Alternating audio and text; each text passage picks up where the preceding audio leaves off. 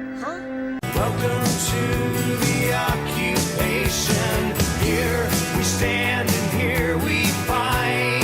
All your fallen heroes. I say we take off and nuke the entire site from orbit. Welcome to the occupation. Hang your collar up inside. Hang your freedom higher. It's the only way to be sure. You can scarcely dip your toe in discussions about popular culture these days without running into the issue of strong female characters.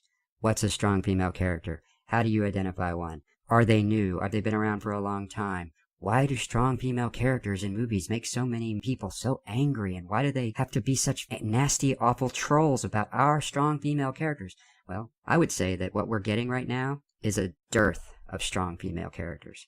That we've had much, much better, much stronger female characters in the past, and the very same people that are being accused of trollishly and misogynistically hating the current batch of strong female characters have long since proven that they don't have an issue with strong female characters. They just have an issue of what this new cadre's idea of what a strong female character is. So, let's talk about a couple of strong female characters. Let's start with Princess Leia. For a goodly portion of what is nowadays called geek culture, Princess Leia is a paradigm of a strong female character. When we first meet her in Star Wars A New Hope, we don't know anything about her, we don't know anything about Vader, we he looks pretty scary, but that's just character design. He could be a fluffy puppy. But when she first meets him, when she comes into that scene, Leia knows, even if we don't, that he is literally the second scariest person in the galaxy behind only Palpatine. And yet, she's on him like a bulldog. She is in his face, she is arguing with him, she is castigating him. She knows, at least intellectually, that he could do anything to her and no one would ever be able to do anything about it. And she stands her ground and she yells at him. She gets up in his face. She is all over him. Does the same thing to Tarkin later. She insults him to his face, the first thing out of her mouth when she meets him. Now we do see her get to show a little bit of fear and concern when that mind probe comes into her cell, as anybody would. But it's important that she shows a little bit of fear and concern because she's not 100% steel rod. She is a human being who has a range of emotions, including fear and concern. She meets Han and Luke later, and then she's up in their faces, and then eventually, and this is very, very important, eventually, she grants them her respect and her regard. And it's very clear that that's not easy for somebody to get from her. And they know it. When she decides that they are worthy of her respect, she has given them a great boon, and they, the men in the story, know it. That's a strong female character. Now, in A New Hope, Leia doesn't have much of a story arc, character-wise. She doesn't change a lot. There's 3 major characters, and of the 3 of them, only Han really has a lot of change. He goes from being the guy who'll shoot Greedo first, to being the one who will set aside his own personal agenda and come and attack the Death Star to help Luke succeed. Luke doesn't change a whole lot. He changes a little bit, but not a whole lot. And Leia doesn't change a whole lot. Then we get to The Empire Strikes Back, and all 3 of them start changing a whole lot. Han changes the least, I would say, in Empire Strikes Back, because he's already changed the most up to this point, but he doesn't stop changing. What happens with him and Leia is their story arcs start to converge, obviously, and Leia, along with Han, 2 jaded, cynical people who've been very focused on the external parts of their life up to now, start to open themselves up to the rest of a human experience, the rest of life, the part of life that can only be experienced with another person. That's something that neither one of them had really been much interested in up to that point. Because, of course, we're not taking anything that happened in Solo, a Star Wars story, as having any effect on the canon. Luke has obviously a different experience. Going through training, failing repeatedly. He's a true protagonist. He's becoming a true protagonist. Han and Leia aren't the protagonists of that story. Luke is. He fails repeatedly. He overcomes. He gets ahead of himself. He fails even worse, gets his hand cut off, and has to then climb back up from that failure in the 3rd movie. Meanwhile, Han and Leia continue to develop their relationship. Han doesn't really keep changing, but Han doesn't completely come to a stop either. Han goes, during the course of those 3 movies, from being a guy who'll shoot Greedo first, to being a guy who, misunderstanding what she means when she says she loves Luke, says, alright, well, if that's how it is, I'll step aside. And then she, very compassionately, has to say, no, it's not like that at all. So they've come through a full human growth experience. That's a character arc, and that's what we want to see in a character. But in order to be a strong character, male or female, you have to actually change. Okay, let me rephrase that. You don't have to change to be a strong character, but you're not very interesting if you don't. Let's look at another one, Ellen Ripley. I'm really just going to concentrate on a brief portion of Aliens. By the time we get to the climax of Aliens, we've seen her for 1 3/4, 1 4/5 movies being a total badass. And nobody cares that she's a woman. And she's safe.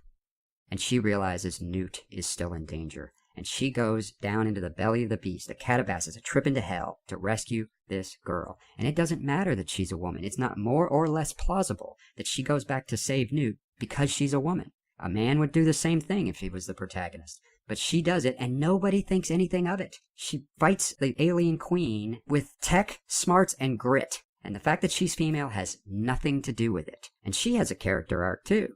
It's not as pronounced as Leia's over the course of 3 movies, but she does have one. She has her moments of fear. She has her moments of doubt. She also is a total and complete badass, and nobody cares that she's got 2 X chromosomes while she's doing it. So let's contrast that with people's reactions to and issues with Rey in the new Star Wars trilogy. Rey isn't really allowed to have any weaknesses. She does have one. I'm going to get back to that. Rey is lovingly introduced to us. She gets 6 minutes of screen time just showing us what her life is like at the beginning of Force Awakens. And it's marvelous. It's terrific. It's exactly the kind of show, don't tell kind of introduction to give us an idea of what a character is like that we really want from a movie. There's very little dialogue. It's mostly just her. And by the time she meets up with Finn, we have a really good idea what she's like. And we also should have some notions just from general storytelling experience of being the receivers of storytelling, what her arc should start to play out like. But we are disappointed very quickly. The first thing that happens is she gets in a fight and she defends herself. That makes sense, right? She has to be able to defend herself, to have survived on Jakku by herself as long as she has. That flies right with us. Then they end up on the Millennium Falcon, which she thinks is garbage. And she's immediately flying it like she's an expert. Now, when we get up into space and she's able to fix the Millennium Falcon, we've got some basis to believe that that's plausible because she's crawling around inside Star Destroyers finding important parts and she knows what they are and she knows why she wants them. It's plausible to believe she also knows how to fix the things. But for her to be able to fly the Millennium Falcon like an expert the first time she gets behind the controls is a little implausible. But you know what? I think pretty much all of us were like, rule of cool, it's awesome, we let it go, we're not going to question it. And if that's the only flaw in her Mary Sue-ness, or the only indication of Mary Sue-ness, nobody's going to complain about it. But it's not. They get up into space, and then the very next thing that happens after they fix the ship is Han Solo finds them. Again, not a big deal. This needs to happen. The movie can only be so long. But at the same time, it's awfully convenient. And why that's the possible problem we'll get back to in a minute. The next thing that happens is Han says, okay, well, I know we're going to go get some information about moving the plot along. And they go to Mags's place. And no sooner do they land the ship, she's been gone like a day. And she's telling him, I've been gone too long already. This is her one true weakness, is her delusion that her family is coming back for her one day. That is so strong with her that being away a day feels like too long to her, even though she's been scratching those marks on the wall inside that AT-AT she lives in for God knows how long. Years. But they go into Mags's place, and then what happens to be in the basement of this bar out of the millions of planets in the galaxy that Han chose to go to is Luke Skywalker's lightsaber in an unlocked box behind an unlocked door. Now, the canon has established for us at this point that kyber crystals choose their Jedi, so it is entirely possible that that kyber crystal senses her, calls to her, causes the awakening, and there's a theory about why she might have been primed for an awakening and all that may play out in Episode 9, we don't know yet. But there's another example of the universe just putting right in front of her exactly what she needs right now. And she rejects the call to adventure in the Force vision as represented by this lightsaber. And then she gives in to her weakness and she runs outside and she runs away into the woods. Now that doesn't make any sense for a person who's practical as she has been presented to be to do, because the only way she can get off this planet is to stick close to Han Solo. But she does it anyway. She gives in to her weakness. Now, in a typical character arc where a character is going from an immature state to a more mature growth state, that giving into weakness, the rejection of the call to adventure in the hero's journey, should result in some sort of negative consequence that they can then grow and learn from. So it looks on the surface like she has a negative consequence because she gets captured by Kylo Ren. But what is the actual result of her getting captured by Kylo Ren? He tries to probe her mind, fails, and she apparently downloads all of his knowledge and skill as a Jedi that he's acquired, having been trained by Luke Skywalker and Snoke. And then almost immediately thereafter is able to use the Jedi mind trick on a stormtrooper on her second try. Han and Finn show up, and they have competing priorities about what they're there to do. Finn wants to rescue Rey, and Han wants to do the mission to make sure that they can destroy the Starkiller base. While they're arguing about it, what happens next? Out of this massive, huge base, Rey is climbing up a ladder on the other side of a window right where they are. So once again, Han and Chewie just showing up right when they get into space. Luke's lightsaber being exactly where she just happens to go. Her crawling up a ladder right outside the window where they can see her right when they're arguing about what they should do. The universe distorts itself around Rey. Rey is never required to confront the universe as it is, adapt to the circumstances and obstacles it presents to her, and overcome. The universe bends over backwards for her.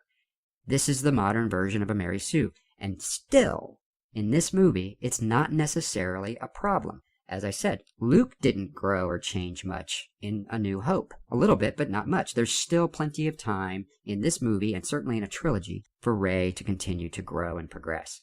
And a lot of people complain about the fact that she was way too good with a lightsaber in the fight with Kylo Ren at the end. And I get that. But I don't have a problem with the fact that she held her own in that fight, for two reasons. First, she shouldn't have been able to get the lightsaber in the Force duel with him to try to get it to come to her hand. Kylo Ren should have won that. She wins it. Okay, whatever. She got it. She has to get the lightsaber in her hand. The plot needs it. They could have done something different, but that's what happens. She probably shouldn't have won that little battle of Force projection. But as for the fight itself, he's injured because he just got shot by Chewie's bowcaster, as he keeps reminding us by punching his side to gear himself up. And he makes it very clear he doesn't want to kill her. He wants to dominate her. He wants to persuade her to become his apprentice. But he wants to win the fight psychologically rather than physically. So he's probably not fighting as hard as he could.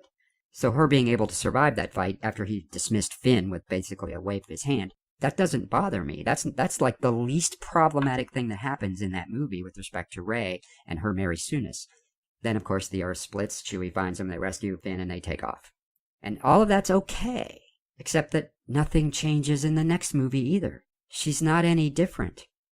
We see Luke in his second movie struggling to stack a few small rocks on top of each other while concentrating on another task, and at the end of The Last Jedi, she's moving tons of rock with barely an indication of effort. Less effort than Yoda, who's 900 years old and has been training Jedi for almost 1,000 years, shows moving an X-Wing out of a pond onto the ground. She moves this massive amount of rock without any effort.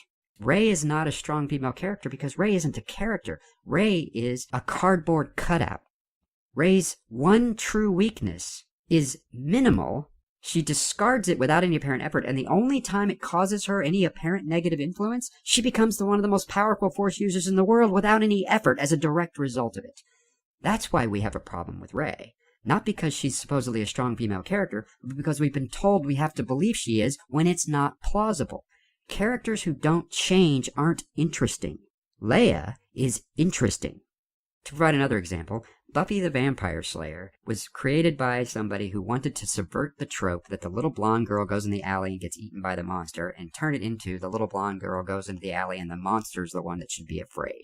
That was the whole original premise of Buffy the Vampire Slayer, and that show was on TV for 7 seasons, mostly on the backs of the love and reverence of the very same people who are now being accused of being women-hating misogynists because they don't like Rey. Now, if you watched Buffy, and if you haven't, you should, you know that Buffy goes through the entire panoply of human experience, from the depths of despair to the heights of joy and ecstasy during the course of those 7 seasons. She has amazing character arc. It's sometimes funny and snarky, and other times completely and utterly broken down. We get to see the entire thing, and we loved it. We loved every minute of it. Well, maybe there's a few minutes of it we don't love because there are a few bad episodes, but you take my meaning. Nobody cared that she was a woman. In fact, that made it better. One of the things that made Buffy so cool is that she was this tiny little blonde girl, and she could beat the crap out of anybody, and there was a plausible reason for it. But when you don't give us a plausible reason, when you just have this person, this character, this cardboard cutout, who can do whatever is presented into her without any effort whatsoever every time she encounters a new situation, it's not interesting. That's why we don't like Rey. That's why this whole idea that we don't like strong female characters is bullshit. Leaving me behind, a flash in the past, a storm in